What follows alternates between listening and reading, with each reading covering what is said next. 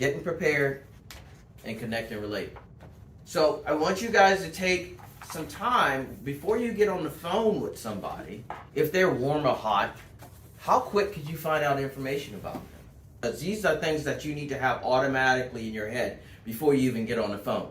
That's why getting prepared is part of it, is actually knowing the sales process.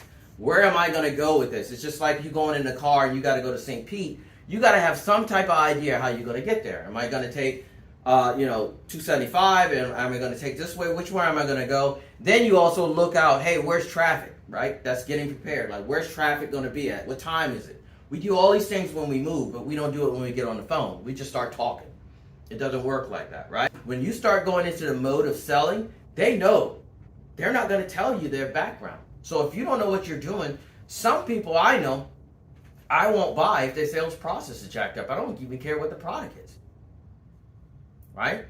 Because if you don't have the ability to actually understand how to actually sell somebody, it's just a waste of my time. And it feels kind of awkward. This is Ben Brown. I got more 1-minute sales videos coming down the pipe.